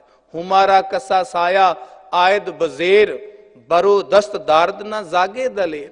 ਕਹਿੰਦੇ ਤੇਰੇ ਵਰਗੇ ਕਾਂ ਮੇਰਾ ਕੁਝ ਨਹੀਂ ਵਿਗਾੜ ਸਕਦੇ, ਕਿਉਂਕਿ ਹੁਮਾ ਰੂਪੀ ਅਕਾਲ ਪੁਰਖ ਵਾਹਿਗੁਰੂ ਦਾ ਸਾਇਆ ਮੇਰੇ ਉੱਤੇ ਹੈ। ਹੁਮਾ ਇੱਕ ਪੰਛੀ ਮੰਨਿਆ ਗਿਆ ਹੈ ਕਿ ਜਿਹਦੇ ਉੱਤੋਂ ਦੀ ਉਹ ਲੰਘ ਜਾਏ ਉਸ ਨੂੰ ਬਾਦਸ਼ਾਹੀ ਨਸੀਬ ਹੁੰਦੀ ਹੈ। ਪਰ ਗੁਰੂ ਸਾਹਿਬ ਜੀ ਕਹਿੰਦੇ ਮੇਰੇ ਲਈ ਹੁਮਾ ਤੇ ਉਹ ਅਕਾਲ ਪੁਰਖ ਵਾਹਿਗੁਰੂ ਹੈ। ਇਸ ਕਰਕੇ ਤੇਰੀ ਔਕਾਤ ਕੀ ਹੈ? ਨਾ ਇਮਾਮ ਪ੍ਰਸਤੀ, ਨਾ ਉਜ਼ਾਏ ਦੀਨ, ਨਾ ਸਾਹਿਬ ਸਨਾਸੀ, ਨਾ ਮੁਹੰਮਦ ਯਕੀਨ। ਕਹਿੰਦੇ ਨਾ ਤੈਨੂੰ ਈਮਾਨ ਤੇ ਭਰੋਸਾ ਹੈ, ਨਾ ਤੈਨੂੰ ਆਪਣੇ ਹਜ਼ਰਤ ਮੁਹੰਮਦ ਸਾਹਿਬ ਤੇ ਭਰੋਸਾ ਹੈ, ਨਾ ਹੀ ਤੂੰ ਇਨਸਾਫ ਪਸੰਦ ਹੈ। ਆਪਣੇ ਆਪ ਨੂੰ ਸਮਝਦਾ ਤੇ ਹੈ ਕਿ ਤੂੰ ਔਰੰਗਜ਼ੇਬ ਹੈ। ਔਰੰਗਜ਼ੇਬ ਉਹਦਾ ਤਖੱਲਸ ਸੀ। ਔਰੰਗਜ਼ੇਬ ਦਾ ਅਰਥ ਹੁੰਦਾ ਹੈ, ਜ਼ੇਬ ਫਾਰਸੀ ਵਿੱਚ ਸ਼ੋਭਾ ਨੂੰ ਕਹਿੰਦੇ ਨੇ। ਔਰੰਗ ਦਾ ਅਰਥ ਹੈ ਤਖਤ। ਉਹ ਇਨਸਾਨ ਜਿਹੜਾ ਤਖਤ ਤੇ ਬਹੇ ਤੇ ਤਖਤ ਦੀ ਸ਼ੋਭਾ ਵਧਾ ਦੇ। ਪਰ ਗੁਰੂ ਸਾਹਿਬ ਜੀ ਕਹਿੰਦੇ ਕਦੀ ਆਪਣੇ ਕਰਮਾਂ ਵੱਲ ਝਾਤੀ ਮਾਰ ਕਿ ਤਖਤ ਤੇ ਬੈਠ ਕੇ ਤੂੰ ਤਖਤ ਦੀ ਸ਼ੋਭਾ ਵਧਾਈ ਹੈ ਕਿ ਤਖਤ ਨੂੰ ਕਲੰਕਿਤ ਕੀਤਾ ਹੈ। ਨਾ ਤੁਰਾ ਨਾਮ ਔਰੰਗਜ਼ੇਬ, ਔਰੰਗਜ਼ੇਬਾ ਨੇ ਯਾਦ ਫਰੇਬ। ਕਹਿੰਦੇ ਤੈਨੂੰ ਤੇ ਇਹ ਨਾਮ ਸ਼ੋਭਦਾ ਹੀ ਨਹੀਂ, ਕਿਉਂਕਿ ਔਰੰਗਜ਼ੇਬ ਜੋ ਤਖਤ ਦੀ ਸ਼ੋਭਾ ਵਧਾਉਂਦਾ ਹੈ, ਪਰ ਤੂੰ ਤਾਂ ਤਖਤ ਨੂੰ ਕਲੰਕਿਤ ਕੀਤਾ ਹੈ। ਆਪਣੇ ਪਿਤਾ ਨੂੰ ਮਾਰ ਕੇ ਤਖਤ ਨਸੀਬ ਹੋਇਆ ਤੈਨੂੰ, ਆਪਣੇ ਭਰਾ ਦਾਰਾ ਸ਼ਿਕੋ ਵਰਗਿਆਂ ਦਰਵੇਸ਼ਾਂ ਨੂੰ ਮਾਰ ਕੇ ਤੂੰ ਤਖਤ ਲਿਆ ਤੇ ਕਹਿਣ ਲੱਗੇ ਤਖਤ ਦੀ ਸ਼ੋਭਾ ਹੈ। ਜੋ ਤਖਤ ਆਪਣੀ ਲਿਆਕਤ ਨਾਲ ਮਿਲੇ ਉਹ ਇਨਸਾਨ ਤਾਂ ਤਖਤ ਦੀ ਸ਼ੋਭਾ ਵਧਾਉਂਦਾ ਹੈ। ਪਰ ਜਿਹੜਾ ਇਨਸਾਨ ਚਲਾਕੀਆਂ, ਜ਼ੁਲਮ, ਪਾਪ, ਸਿਤਮ ਕਰਕੇ ਕਿਸੇ ਰਾਜ ਗੱਦੀ ਤੇ ਬੈਠੇ, ਕਿਸੇ ਤਖਤ ਤੇ ਬੈਠੇ, ਉਹ ਤਖਤ ਨਸੀਂ, ਉਹ ਤਖਤ ਦੀ ਸ਼ੋਭਾ ਨਹੀਂ ਵਧਾ ਸਕਦਾ। ਇਸ ਕਰਕੇ ਸਿਆਸਤਦਾਨ ਲੋਕ, ਉਹ ਲੋਕ ਅੱਜ ਵੀ ਸਾਵਧਾਨ ਹੋਣ ਜਿਹੜੇ ਸਿਆਸਤਾਂ ਕਰਕੇ, ਇਹ ਸੋਚ ਕਰਕੇ ਵੀ ਅਸੀਂ ਸਿਆਸਤੀ ਗੱਦੀ ਤੇ ਬੈਠਾਂਗੇ, ਤਖਤ ਤੇ ਬੈਠਾਂਗੇ, ਉਹਦੇ ਲਈ ਭਾਵੇਂ ਜੋ ਕੁਝ ਮਰਜ਼ੀ ਕਰਨਾ ਪਏ। ਧਾਰਮਿਕ ਦੁਆਰਿਆਂ ਨੂੰ ਇੱਥੋਂ ਤੱਕ ਪਾਕ ਪਵਿੱਤਰ ਧੰਨ ਗੁਰੂ ਗ੍ਰੰਥ ਸਾਹਿਬ ਮਹਾਰਾਜ ਸੱਚੇ ਪਾਤਸ਼ਾਹ ਤੱਕ ਉਹਨਾਂ ਨੇ ਆਪਣੇ ਨਾਪਾਕ ਹੱਥ ਪਾਏ। ਇਰਾਦਾ ਕੀ ਹੈ?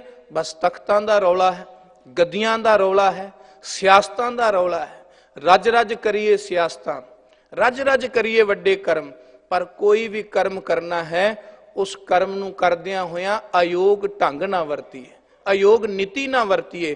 ਉਹ ਕਦੀ ਵੀ ਮਨੁੱਖ ਦੇ ਹੱਥ ਵਿੱਚ ਲੰਮਾ ਸਮਾਂ ਚੀਜ਼ਾਂ ਨਹੀਂ ਰਹਿੰਦੀਆਂ ਜਿਹੜੀਆਂ ਅਯੋਗਤਾ ਨਾਲ ਹਾਸਲ ਕੀਤੀਆਂ ਜਾਣ।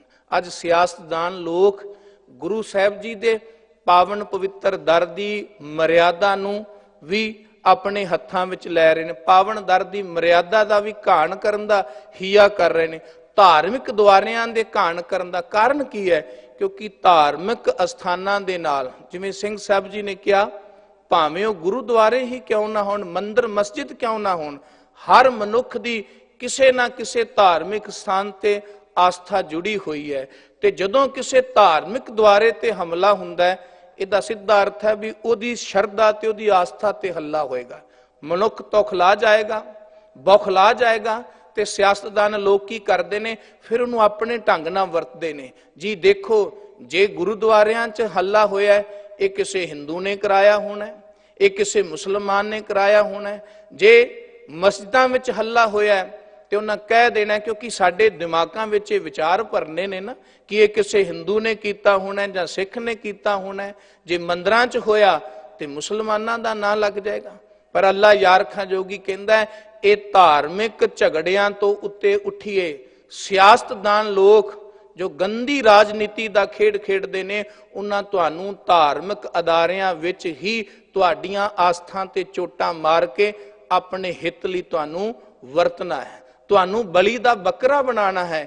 ਇਸ ਕਰਕੇ ਉਹਦੇ ਬਚਨ ਬੜੇ ਕਮਾਲ ਦੇ ਨੇ, ਕਹਿੰਦੇ ਨਾ ਹਿੰਦੂ ਹੀ ਹੈ ਅੱਛੇ, ਨਾ ਮੁਸਲਮਾਨ ਹੈ ਅੱਛੇ, ਦਿਲ ਨੇਕ ਹੈ ਜਿਨਕੇ ਵਹੀ ਇਨਸਾਨ ਹੈ ਅੱਛੇ। ਅਸਲ ਵਿੱਚ ਸਾਡੇ ਦਿਲ ਦੀ ਪਾਕੀਜ਼ਗੀ ਚਾਹੀਦੀ ਹੈ, ਸਾਨੂੰ ਆਪਣੇ ਹਿਰਦੇ ਤੋਂ ਪਾਕ ਹੋਣਾ ਚਾਹੀਦਾ ਹੈ। ਫਿਰ ਭਾਵੇਂ ਅਸੀਂ ਸਿਆਸੀ ਹੋਈਏ, ਸਮਾਜਿਕ ਹੋਈਏ, ਰਾਜਨੀਤਿਕ ਹੋਈਏ, ਧਾਰਮਿਕ ਹੋਈਏ, ਕੁਝ ਵੀ ਹੋਈਏ, ਪਰ ਸਭ ਤੋਂ ਪਹਿਲਾਂ ਇੱਕ ਚੰਗੇ ਇਨਸਾਨ ਹੋਈਏ। ਪਹਿਲਾਂ ਚੰਗੇ ਇਨਸਾਨ ਬਣੀਏ, ਰਾਜਨੀਤੀ ਫਿਰ ਚੰਗੇ ਬਣਾਂਗੇ, ਧਾਰਮਿਕ ਫਿਰ ਚੰਗੇ ਬਣਾਂਗੇ, ਸਮਾਜਿਕ ਪ੍ਰਾਣੀ ਫਿਰ ਚੰਗੇ ਬਣਾਂਗੇ। ਪਰ ਜੇ ਅਸੀਂ ਆਪਣੇ ਆਪ ਨੂੰ ਇੰਨਾ ਬਦ ਬਣਾਇਆ ਹੈ, ਫਿਰ ਜੇ ਰਾਜਨੀਤੀ ਵਾਲੇ ਪਾਸੇ ਜਾਵਾਂਗੇ ਤੇ ਉਹ ਬੁਰੀ ਹੋ ਜਾਏਗੀ, ਧਰਮ ਵਾਲੇ ਪਾਸੇ ਜਾਵਾਂਗੇ ਤੇ ਉਹ ਧਾਰਮਿਕ ਅਦਾਰਿਆਂ ਦੀ ਉਹ ਆਬੋ ਹਵਾ ਨਹੀਂ ਰਹੇਗੀ ਜੋ ਹੋਣੀ ਚਾਹੀਏ। ਉਹਦਾ ਕਾਰਨ ਕੀ ਹੈ ਕਿ ਬਦ ਇਨਸਾਨ ਲੋਕ, ਕਮ ਅਕਲ ਲੋਕ ਉਹਨਾਂ ਥਾਵਾਂ ਤੇ ਕਬਜ਼ ਜਦੋਂ ਹੋ ਜਾਂਦੇ ਨੇ, ਫਿਰ ਉਹਨਾਂ ਅਸਥਾਨਾਂ ਦੀ ਮਰਿਆਦਾ ਜਾਂ ਉਹਨਾਂ ਅਸਥਾਨਾਂ ਦੀ ਪਾਕੀਜ਼ਗੀ ਜਿਹੜੀ ਹੈ ਉਹਦੇ ਤੇ ਲੋਕਾਂ ਨੂੰ ਸ਼ੱਕ ਹੋ ਜਾਂਦਾ ਹੈ। ਇਸ ਕਰਕੇ ਧੰਨ ਗੁਰੂ ਗੋਬਿੰਦ ਸਿੰਘ ਮਹਾਰਾਜ ਨੇ ਜਿਹੜਾ ਪੰਥ ਸਿਰਜਿਆ, ਜਿਹੜਾ ਪੰਥ ਸਾਜਿਆ, ਉਹਦੇ ਬਾਬਤ ਭੱਟ ਜੀ ਕਹਿੰਦੇ, ਗੁਰੂ ਰਾਮਦਾਸ ਜੀ ਇੱਕ ਉੱਤਮ ਪੰਥ ਸੁਣਿਓ ਗੁਰ ਸੰਗਤ, ਤੇਹ ਮਿਲੰਤ ਜਮ ਤਰਾਸ ਮਿਟਾਈ। ਉਹ ਪੰਥ ਬਾਬਤ ਸੁਣਿਆ ਹੈ ਕਿ ਜਿਹੜਾ ਉਸ ਪੰਥ ਦਾ ਧਾਰਨੀ ਬਣ ਜਾਂਦਾ ਹੈ, ਉਹ ਮੌਤ ਨੂੰ ਮਖੌਲਾਂ ਕਰਦਾ ਹੈ, ਉਹ ਮੌਤ ਨੂੰ ਟਿਚਰਾਂ ਕਰਦਾ ਹੈ। ਟਿਚਰ ਕਰਨ ਵਾਲੀ ਗੱਲ ਹੈ ਨਾ। 40 ਸਿੰਘ ਨੇ, ਭੁੱਖੇ ਭਾਣੇ ਨੇ, ਤੇ ਬਾਹਰ 10 ਲੱਖ ਦੀ ਫੌਜ ਖਲੋਤੀ ਹੈ ਤੇ ਟਿਚਰਾਂ ਨੇ ਕਿ ਮੈਂ ਜਾ ਕਰਕੇ ਲੜਾਂਗਾ। ਇੱਕ ਇੱਕ ਸਿੰਘ ਕਹਿੰਦਾ ਕਿ ਮੈਨੂੰ ਆਗਿਆ ਦਿਓ, ਮੈਂ ਇਹਨਾਂ ਨੂੰ ਜਾ ਕਰਕੇ ਮੌਤ ਦੇ ਮੂੰਹ ਵਿੱਚ ਪਵਾ ਦਿਆਂ, ਮੈਂ ਇਹਨਾਂ ਨੂੰ ਸਦਾ ਦੀ ਨੀਂਦ ਸੁਆ ਦਿਆਂ। ਇੰਨਾ ਹੌਸਲਾ, ਇੰਨਾ ਹੀਆ ਕਿਵੇਂ ਬਣਿਆ? ਧੰਨ ਗੁਰੂ ਗੋਬਿੰਦ ਸਿੰਘ ਮਹਾਰਾਜ ਸੱਚੇ ਪਾਤਸ਼ਾਹ ਜੀ ਦੀ ਸੋਭਤ ਤੋਂ ਮਿਲਿਆ, ਗੁਰੂ ਦੀ ਸੋਭਤ ਤੋਂ ਮਿਲਿਆ, ਗੁਰੂ ਦੀ ਕਰਨੀ ਤੋਂ ਮਿਲਿਆ। ਤੇ ਜਿਹੜੇ ਉਸ ਕਰਨੀ ਦੇ ਧਾਰਨੀ ਹੋ ਜਾਂਦੇ ਨੇ, ਉਹ ਕਹਿੰਦੇ ਦੁਨੀਆ ਨੂੰ ਤੇ ਮਰਨਾ ਹੀ ਨਹੀਂ ਆਉਂਦਾ। ਕਬੀਰ ਮਰਤਾ ਮਰਤਾ ਜਗ ਮੁਆ, ਮਰ ਭੀ ਨਾ ਜਾਣੈ ਕੋਏ, ਐਸੀ ਮਰਨੀ ਜੋ ਮਰੈ ਬਹੁਰ ਨਾ ਮਰਨਾ ਹੋਏ। ਜਮ ਦੀ ਤਰਾਸ ਮਿਟ ਜਾਂਦੀ ਹੈ, ਜਮਾਂ ਦਾ ਭਉ ਮੁੱਕ ਜਾਂਦਾ ਹੈ। ਪਰ ਕਦੋਂ? ਜਦੋਂ ਕੋਈ ਪ੍ਰਾਨੀ, ਜਦੋਂ ਕੋਈ ਜੀਵ ਗੁਰੂ ਪੰਥ ਦਾ, ਗੁਰੂ ਸੰਗਤ ਦਾ ਧਾਰਨੀ ਹੋ ਜਾਂਦਾ ਹੈ। ਜਿੰਨਾ ਚਿਰ ਗੁਰੂ ਉਪਦੇਸ਼ ਦਾ, ਗੁਰੂ ਸੰਗਤ ਦਾ ਧਾਰਨੀ ਨਹੀਂ ਨਾ ਹੋਏਗਾ ਜੀਵ, ਉਹਨਾਂ ਚਿਰ ਭੈ ਮੁਕਤ ਨਹੀਂ ਹੋ ਸਕਦਾ, ਉਹਨਾਂ ਚਿਰ ਡਰ ਹੀ ਰਹੇਗਾ। ਗੁਰੂ ਸਾਹਿਬ ਜੀ ਦੇਖੋ ਆਪ ਕਿੰਨੇ ਭੈ ਮੁਕਤ। ਮੈਂ ਅਰਜ਼ ਕਰ ਰਿਹਾ ਵੀ ਔਰੰਗਜ਼ੇਬ ਲਈ ਇਹ ਸ਼ਬਦ ਵਰਤੇ, ਨਾ ਇਮਾਮ ਪ੍ਰਸਤੀ, ਨਾ ਔਜ਼ਾਏ ਦੀਨ, ਨਾ ਸਾਹਿਬ ਸਨਾਖੀ, ਨਾ ਮੁਹੰਮਦ ਯਕੀਨ। ਤੈਨੂੰ ਆਪਣੇ ਮੁਹੰਮਦ ਸਾਹਿਬ ਤੇ ਯਕੀਨ ਨਹੀਂ, ਤੈਨੂੰ ਈਮਾਨ ਤੇ ਯਕੀਨ ਨਹੀਂ ਹੈ। ਤੂੰ ਆਪਣੇ ਆਪ ਨੂੰ ਈਮਾਨ ਵਾਲਾ ਕਹਿਣਾ ਹੈ, ਆਪਣੇ ਆਪ ਨੂੰ ਕਹਿਣਾ ਵੀ ਮੈਂ ਨਮਾਜ਼ ਪੜ੍ਹਨਾ, ਰੋਜ਼ੇ ਰੱਖਣਾ, ਜ਼ਕਾਤ ਦੇਣਾ ਵਾ, ਪਰ ਤੇਰਾ ਜੀਵਨ ਕੀ ਆਂਦਾ ਹੈ? ਤੇਰਾ ਈਮਾਨ ਤੇ ਆਖਦਾ ਹੈ ਕਿ ਬੱਚਿਆਂ ਤੇ ਕਦੀ ਜ਼ੁਲਮ ਨਾ ਕਰੋ, ਨਿੱਕੇ ਬੱਚਿਆਂ ਤੇ, ਸ਼ੀਰਖੋਰ ਬੱਚਿਆਂ ਤੇ ਜ਼ੁਲਮ ਨਾ ਕਰੋ, ਬੇਦੋਸ਼ੀਆਂ ਤੇ ਜ਼ੁਲਮ ਨਾ ਕਰੋ। ਪਰ ਤੇਰੇ ਅਹਿਲਕਾਰਾਂ, ਤੇਰੇ ਸੂਬਿਆਂ ਕੀ ਕੀਤਾ? ਮੇਰੇ ਨਿੱਕੇ ਨਿੱਕੇ ਬੱਚਿਆਂ ਨੂੰ ਕੋਹ ਕੇ ਮਾਰ ਦਿੱਤਾ। 2 ਰਣ ਵਿੱਚ ਜੂਝੇ, ਮੈਨੂੰ ਉਹਨਾਂ ਦਾ ਕੋਈ ਅਫਸੋਸ ਨਹੀਂ, ਪਰ ਨਿੱਕੇ ਸ਼ੀਰਖੋਰ ਮੇਰੇ ਸਾਹਿਬਜ਼ਾਦੇ 5 ਤੇ 7 ਸਾਲ ਦੀਆਂ ਨਿੱਕੀਆਂ ਉਮਰਾਂ ਤੇ ਇੱਕ ਬੇਦੋਸ਼ੇ, ਉਹਨਾਂ ਦਾ ਕੋਈ ਦੋਸ਼ ਨਹੀਂ। ਇਹ ਤੇਰਾ ਈਮਾਨ ਹੈ? ਇਹ ਤੇਰਾ ਈਮਾਨ ਸਿਖਾਉਂਦਾ ਵੀ ਇਸ ਤਰ੍ਹਾਂ ਬੇਦੋਸ਼ੀਆਂ ਤੇ ਬਜ਼ੁਰਗਾਂ ਤੇ ਜ਼ੁਲਮ ਕੀਤਾ ਜਾਏ? ਸਤਿਗੁਰੂ ਗੁਰੂ ਗੋਬਿੰਦ ਸਿੰਘ ਮਹਾਰਾਜ ਨੇ ਇਹ ਸਾਰੀ ਦਾਸਤਾਨ ਜ਼ਫਰਨਾਮੇ ਵਿੱਚ ਲਿਖੀ, ਉਹਨੂੰ ਤਾੜਨਾ ਵੀ ਕੀਤੀ, ਉਹਨੂੰ ਆਇਨਾ ਵੀ ਵਿਖਾਇਆ। ਬਸ ਇਹ ਬਚਨ ਜਦੋਂ ਇਹ ਬੋਲ ਔਰੰਗਜ਼ੇਬ ਨੇ ਪੜ੍ਹੇ ਦੱਖਣ ਦੀ ਧਰਤੀ ਤੇ, ਉਹ ਦੁਬਾਰਾ ਮੰਜੇ ਤੋਂ ਉੱਠ ਨਹੀਂ ਸਕਿਆ। ਇਹਨਾਂ ਬੋਲਾਂ ਦੀਆਂ ਚੋਟਾਂ ਨੇ ਹੀ ਉਸ ਨੂੰ ਮੌਤ ਦੀ ਝੋਲੀ ਵਿੱਚ ਪਾ ਦਿੱਤਾ। ਉਹ ਜ਼ਾਲਮ ਸੁਧਾਰ ਗਿਆ ਦੋਚਕ ਦੀ ਅੱਗ ਦੇ ਲਈ। ਇਸ ਕਰਕੇ ਗੁਰੂ ਸਾਹਿਬ ਸੱਚੇ ਪਾਤਸ਼ਾਹ ਜੀ ਨੇ ਬੇਖੌਫ ਹੋ ਕਰਕੇ ਇਹ ਬਚਨ ਕਹੇ। ਤਾਂ ਹੀ ਅੱਲਾ ਯਾਰ ਖਾਂ ਜੋਗੀ ਨੇ ਕਿਹਾ ਕਿ ਉਹਨਾਂ ਦੀ ਕਿਹੜੀ ਸਿਫਤ ਕਰਾਂ, ਕਿ ਉਹ ਬਹਾਦਰ ਸਨ, ਕਿ ਉਹ ਭਗਤ ਸਨ, ਕਿ ਉਹ ਯੋਧੇ ਸਨ, ਕਿ ਉਹ ਗੁਰੂ ਸਾਹਿਬ ਸੱਚੇ ਪਾਤਸ਼ਾਹ ਜੀ ਆਪਣੇ ਮੁਰੀਦਾਂ ਨਾਲ ਪਿਆਰ ਕਰਨ ਵਾਲੇ ਸਨ। ਉਹਨਾਂ ਦੀ ਸਿਫਤ ਕੋਈ ਵੀ ਪੂਰੀ ਨਹੀਂ ਕੀਤੀ ਜਾ ਸਕਦੀ। ਜਿਤਨੀ ਵੀ ਕਰਾਂਗੇ ਉਤਨੀ ਹੀ ਥੋੜੀ ਹੈ, ਕਿਉਂਕਿ ਉਸ ਮਹਾਨ ਉੱਤਮ ਪੰਥ ਦੇ ਉਹ ਆਗੂ ਸਨ ਜੋ ਗੁਰੂ ਨਾਨਕ ਦੇਵ ਸੱਚੇ ਪਾਤਸ਼ਾਹ ਜੀ ਨੇ ਚਲਾਇਆ ਸੀ। ਉਸੇ ਪੰਥ ਨੂੰ ਉਹਨਾਂ ਨੇ ਅਖੀਰਤਾ ਬਖਸ਼ੀ। ਅਕਾਲ ਪੁਰਖ ਦੀ ਰਜਾ ਵਿੱਚ ਹੀ ਖਾਲਸੇ ਦੀ ਝੋਲੀ, ਪੰਥ ਤੇ ਗ੍ਰੰਥ ਦੀ ਝੋਲੀ ਗੁਰਿਆਈ ਪਾ ਕਰਕੇ ਉਹਨਾਂ ਨੇ ਬਚਨ ਕਹੇ ਸਨ, ਆਗਿਆ ਭਈ ਅਕਾਲ ਕੀ ਤਬੈ ਚਲਾਇਓ ਪੰਥ, ਸਭ ਸਿੱਖਣ ਕੋ ਹੁਕਮ ਹੈ ਗੁਰੂ ਮਾਨਿਓ ਗ੍ਰੰਥ। ਇਹ ਗੁਰੂ ਗੋਬਿੰਦ ਸਿੰਘ ਮਹਾਰਾਜ ਜੀ ਦੇ ਅਖੀਰਲੇ ਤੇ ਅੰਤਿਮ ਬੋਲਾਂ ਨੂੰ ਗਿਆਨੀ ਗਿਆਨ ਸਿੰਘ ਨੇ ਆਪਣੇ ਭਾਵ ਵਿੱਚ ਲਿਖਿਆ। ਉਸੇ ਉੱਤਮ ਪੰਥ ਦੀ ਗੱਲ ਅੱਜ ਭੱਟ ਕੀਰਤ ਜੀ ਆਪਣੇ ਇਸ ਪਾਵਨ ਪਵਿੱਤਰ ਸਵਈਏ ਵਿੱਚ ਕਰ ਰਹੇ ਹਨ ਕਿ ਇਹ ਵਾਹਿਗੁਰੂ, ਇਹ ਸਤਿਗੁਰੂ ਗੁਰੂ ਰਾਮਦਾਸ ਸੱਚੇ ਪਾਤਸ਼ਾਹ ਜੀ, ਮੈਂ ਐਸੇ ਦਰ ਨੂੰ ਲੋੜਦਾ ਹਾਂ, ਐਸੇ ਦਰ ਦੀ ਇੱਛਾ ਰੱਖਦਾ ਹਾਂ ਕਿ ਮੈਨੂੰ ਐਸਾ ਦਰ ਪ੍ਰਾਪਤ ਹੋਵੇ। ਪਰ ਉਹਨਾਂ ਨੇ ਸਿਖਾਇਆ ਵੀ ਗੁਰੂ ਦੇ ਦਰ ਤੇ ਜਦੋਂ ਜਾਣਾ ਹੈ ਨਾ, ਇਹ ਸਿੱਖੀ ਦੀ ਪਹਿਲੀ ਤੇ ਅੰਤਮ ਪੌੜੀ ਹੀ ਇਹ ਹੈ। ਸਭ ਤੋਂ ਪਹਿਲੀ ਪੌੜੀ ਵੀ ਇਹ ਸਿੱਖੀ ਦੀ ਕਿ ਜਦੋਂ ਗੁਰੂ ਕੋਲ ਜਾਣਾ ਹੈ, ਸਿੱਖੀ ਦੀ ਦਾਤ ਮੰਗਣੀ ਹੈ, ਤੇ ਪਹਿਲਾਂ ਆਪਣੇ ਗੁਨਾਹਾਂ ਨੂੰ, ਆਪਣੇ ਔਗੁਣਾਂ ਨੂੰ ਗੁਰੂ ਅੱਗੇ ਰੱਖਣਾ ਪਏਗਾ ਕਿ ਮੈਂ ਤਾਂ ਐਸਾ ਹਾਂ ਜੀ, ਮੈਂ ਕਮਜ਼ੋਰ ਹਾਂ, ਮੈਂ ਨਾਲਾਇਕ ਹਾਂ, ਮੈਂ ਗੁਣਹੀਨ ਹਾਂ, ਮੈਂ ਔਗੁਣਾਂ ਦਾ ਗੁਨਾਹਾਂ ਦਾ ਭਰਿਆ ਹਾਂ। ਤੇ ਵੇਖੋ ਕਿੰਨੀ ਕਮਾਲ ਦੀ ਵਾਰਤਾ ਹੈ। ਜਦੋਂ ਸਿੱਖ ਇਸ ਤਰ੍ਹਾਂ ਆ ਕਰਕੇ ਸਿੱਖੀ ਦੀ ਮੰਗ ਕਰਦਾ ਹੈ ਤੇ ਸਿੱਖੀ ਦੀ ਸਿਖਰਤਾ ਤੇ ਵੀ ਪਹੁੰਚ ਜਾਏ, ਪਰ ਉਸ ਦਿਨ ਇਹ ਨਹੀਂ ਕਹਿੰਦਾ ਕਿ ਮੈਂ ਹੁਣ ਬੜਾ ਸਿਆਣਾ ਬਣ ਗਿਆ ਹਾਂ, ਮੈਂ ਬੜਾ ਚਾਤੁਰ ਬਣ ਗਿਆ ਹਾਂ, ਮੇਰੇ ਵਰਗਾ ਮਹਾਨ ਕੋਈ ਨਹੀਂ। ਉਸ ਦਿਨ ਵੀ ਇਹ ਸ਼ਬਦ ਹੋਣਗੇ ਕਿ ਦਾਤਾ ਹੈ ਅਸੀਂ ਅੱਜ ਵੀ ਨੀਵੇਂ, ਤੇਰੀ ਕਿਰਪਾ ਨਾਲ ਜੋ ਕੁਝ ਮਿਲਿਆ, ਤੇਰੀ ਰਹਿਮਤ ਨਾਲ ਜੋ ਕੁਝ ਮਿਲਿਆ, ਸਾਡਾ ਆਪਣਾ ਕੁਝ ਨਹੀਂ, ਨਾ ਸਾਡੀ ਸਿਆਣਪ, ਨਾ ਸਾਡੀ ਚਤੁਰਾਈ, ਨਾ ਸਾਡੀ ਸਮਝ, ਇਹ ਸਾਡੇ ਕਰਕੇ ਨਹੀਂ ਮਿਲਿਆ, ਤੇਰੀ ਬਖਸ਼ਿਸ਼ ਕਰਕੇ ਮਿਲਿਆ। ਇਸ ਕਰਕੇ ਸਿੱਖੀ ਦੀ ਪਹਿਲੀ ਪੌੜੀ ਵੀ ਇਹ ਹੈ ਕਿ ਨਿਮਰਤਾ ਦਾ ਧਾਰਨੀ ਹੋਕਰ ਕੇ ਗੁਰੂ ਦੇ ਘਰ ਜਾਣਾ, ਤੇ ਜਦੋਂ ਗੁਰੂ ਘਰੋਂ ਬਖਸ਼ਿਸ਼ ਮਿਲ ਜਾਏ ਤੇ ਅਖੀਰ ਤੱਕ ਉਸ ਨਿਮਰਤਾ ਨੂੰ, ਉਸ ਨਿਰਵੈਰਤਾ ਨੂੰ ਬਰਕਰਾਰ ਰੱਖਣਾ। ਇਹ ਸਿੱਖੀ ਦੀ ਹੀ ਸਿਖਰਤਾ ਹੈ। ਬਚਨ ਵੇਖੋ ਕਿੰਨੇ ਕਮਾਲ ਦੇ ਨੇ। ਹਮ ਅਵ ਗੁਣ ਭਰੇ ਏਕ ਗੁਣ ਨਾਹੀ। ਹੈ ਦਾਤਾ ਜੀ ਗੁਰੂ ਰਾਮਦਾਸ ਜੀ, ਅਸੀਂ ਔਗੁਣਾਂ ਦੇ ਭਰੇ ਪਏ ਆ, ਨੱਕੋ ਨੱਕ। ਅਸੀਂ ਖਤੇ ਬਹੁਤ ਕਮਾਵਦੇ, ਅੰਤ ਨਾ ਪਾਰਾ ਵਾਰ, ਹਰ ਕਿਰਪਾ ਕਰਕੇ ਬਖਸ਼ ਲਿਹੋ, ਹੋਂ ਪਾਪੀ ਵੱਡ ਗੁਨਹਗਾਰ। ਹਮ ਅਵਗੁਣ ਭਰੇ ਏਕ ਗੁਣ ਨਾਹੀ, ਇੱਕ ਵੀ ਗੁਣ ਨਹੀਂ। ਅੰਮ੍ਰਿਤ ਛਾੜ ਬਿਖੈ ਬਿਖ ਖਾਈ। ਅੰਮ੍ਰਿਤ ਛੱਡਿਆ, ਅੰਮ੍ਰਿਤ ਦਾ ਭਾਵ ਹੈ ਪਰਮੇਸ਼ਵਰ ਜੀ ਦੇ ਨਾਮ ਦੀ ਸਿਫਤ, ਸ਼ੁਭ ਗੁਣਾਂ ਦੇ ਅਸੀਂ ਧਾਰਨੀ ਨੇ। ਅੰਮ੍ਰਿਤ ਸਮਾਨ ਹੈ। ਤੇ ਬਿਖ ਸਮਾਨ ਕੀ ਹੈ? ਕਾਮ, ਕ੍ਰੋਧ, ਲੋਭ, ਮੋਹ, ਨਿੰਦਿਆ, ਝੂਠ, ਦਵੈਕ, ਬਖੀਲੀ, ਇਹ ਬਿਖ ਹੈ। ਇਸ ਨੂੰ ਧਾਰਨ ਕੀਤਾ ਹੋਇਆ ਤੇ ਸ਼ੁਭ ਗੁਣਾਂ ਨੂੰ ਤਲਾਂਜਲੀ ਦਿੱਤੀ ਹੋਈ ਹੈ। ਮਾਇਆ ਮੋਹ ਭਰਮ ਪੈ ਭੂਲੇ। ਮਾਇਆ ਦੇ ਮੋਹ ਵਿੱਚ ਪਏ ਹੋਏ ਹਾਂ, ਤੇ ਮਾਇਆ ਦੇ ਮੋਹ ਵਿੱਚ ਪੈ ਕਰਕੇ ਹੀ ਇਹ ਭਰਮ ਤੇ ਭੁਲੇਖੇ ਨੇ, ਕਿਉਂਕਿ ਮਾਇਆ ਨਾਮ ਭੁਲੇਖੇ ਦਾ ਹੀ ਹੈ, ਮਾਇਆ ਨਾਮ ਭਰਮ ਦਾ ਹੀ ਹੈ। ਮਾਇਆ ਮੋਹ ਭਰਮ ਪੈ ਭੂਲੇ, ਸੁਤ ਦਾਰਾ ਸਿਉ ਪ੍ਰੀਤ ਲਗਾਈ। ਸੁਤ ਦਾਰਾ, ਸੁਤ ਨਾਮ ਪੁੱਤਰ ਦਾ ਹੈ, ਦਾਰਾ ਨਾਮ ਇਸਤਰੀ ਦਾ ਹੈ। ਪ੍ਰੀਤ ਲਗਾਈ, ਪ੍ਰੀਤ ਦਾ ਅਰਥ ਇੱਥੇ ਭਾਵ ਇਹ ਨਹੀਂ ਕਿ ਆਪਣੇ ਪਰਿਵਾਰ ਨਾਲ, ਸਮਾਜ ਨਾਲ ਮਨੁੱਖ ਨੇ ਲਗਾਵ ਨਹੀਂ ਰੱਖਣਾ ਜਾਂ ਉਹਨਾਂ ਦੇ ਆਪਣੇ ਫਰਾਈਜ਼ਾਂ ਤੋਂ ਭੱਜ ਜਾਣਾ, ਐਸਾ ਨਹੀਂ। ਭਾਵ ਇਹ ਹੈ ਕਿ ਭਰਮ ਰੂਪ ਹੋ ਕਰਕੇ, ਅਗਿਆਨ ਰੂਪ ਹੋ ਕਰਕੇ ਉਹਨਾਂ ਨੂੰ ਪਕੜ ਕੇ ਰੱਖਣਾ, ਮੋਹ ਦੇ ਵਿੱਚ ਪੈ ਕਰਕੇ, ਅਣਹੋਣੀਆਂ ਕਰਕੇ ਉਹਨਾਂ ਨੂੰ ਖੁਸ਼ ਕਰਨਾ। ਜਿਹਨੂੰ ਬਾਬਾ ਕਬੀਰ ਜੀ ਕਹਿੰਦੇ ਨੇ ਕਿ ਬਹੁ ਪਰਪੰਚ ਕਰ ਪਰ ਧਨ ਲਿਆਵੈ, ਸੁਤ ਦਾਰਾ ਪਹਿ ਆਨ ਲੁਟਾਵੈ, ਮਨ ਮੇਰੇ ਭੂਲੇ ਕਪਟ ਨਾ ਕੀਜੈ, ਅੰਤ ਨਵੇਰਾ ਤੇਰੇ ਜੀਵ ਪਹਿ ਲੀਜੈ। ਜਿਹੜਾ ਭਰਮ ਵਿੱਚ ਹੈ, ਮੋਹ ਵਿੱਚ ਹੈ, ਉਹ ਆਪਣੇ ਮੋਹ ਨੂੰ ਹੀ ਪਾਲਦਾ ਹੈ, ਭਰਮ ਨੂੰ ਹੀ ਪਾਲਦਾ ਹੈ। ਆਪਣੇ ਧੀਆਂ ਪੁੱਤਰਾਂ ਨੂੰ ਖੁਸ਼ ਕਰਨ ਵਾਸਤੇ ਅਣਹੋਣੀਏ ਕਰਮ ਕਰਕੇ, ਨਾਜਾਇਜ਼ ਕਰਮ ਕਰਕੇ, ਪਾਪ ਕਰਮ ਕਰਕੇ ਉਹਨਾਂ ਨੂੰ ਖੁਸ਼ ਕਰਦਾ ਤੇ ਉਹਨਾਂ ਦੀ ਖੁਸ਼ੀ ਵਿੱਚ ਆਪਣੀ ਖੁਸ਼ੀ ਵੇਖਦਾ। ਪਰ ਕਹਿੰਦੇ ਜੋ ਧਰਮੀ ਹੈ, ਜੇ ਉਹ ਰੁੱਖਾ ਸੁੱਖਾ ਕਮਾ ਸਕਦਾ ਹੈ, ਜੋ ਥੋੜਾ ਕਮਾ ਸਕਦਾ ਹੈ, ਉਹ ਸ਼ਬਰ ਤੇ ਸ਼ੁਕਰ ਦੇ ਨਾਲ ਆਪਣੇ ਪਰਿਵਾਰ ਨੂੰ ਧਰਮ ਦੇ ਉਪਦੇਸ਼ ਦੇ ਕਰਕੇ ਉਸੇ ਤਰ੍ਹਾਂ ਹੀ ਚਲਾਉਂਦਾ ਹੈ। ਉਹ ਫਿਰ ਭਰਮ ਵਿੱਚ ਨਹੀਂ, ਉਹ ਮਾਇਆ ਦਾ ਫਿਰ ਗੁਲਾਮ ਨਹੀਂ, ਉਹ ਮਾਇਆ ਦਾ ਬੰਦਾ ਨਹੀਂ, ਫਿਰ ਉਹ ਰੱਬ ਦਾ ਬੰਦਾ ਹੈ। ਮਾਇਆ ਮੋਹ ਭਰਮ ਪੈ ਭੂਲੇ, ਸੁਤ ਦਾਰਾ ਸਿਉ ਪ੍ਰੀਤ ਲਗਾਈ, ਇੱਕ ਉੱਤਮ ਪੰਥ ਸੁਣਿਓ ਗੁਰ ਸੰਗਤ, ਤੇ ਮਿਲੰਤ ਜਮ ਤਰਾਸ ਮਿਟਾਈ। ਇਸ ਕਰਕੇ ਹੇ ਸਤਿਗੁਰੂ ਗੁਰੂ ਰਾਮਦਾਸ ਜੀਓ, ਮੈਂ ਤੁਹਾਡਾ ਉੱਤਮ ਪੰਥ ਸੁਣ ਕੇ ਆਇਆ। ਭਟਕਿਆ ਬਹੁਤ ਹਾਂ, ਕਿਉਂਕਿ ਭੱਟ ਸਾਹਿਬਾਨਾਂ ਨੇ ਆਪ ਲਿਖਿਆ ਆਪਣੀ ਬਾਣੀ ਵਿੱਚ।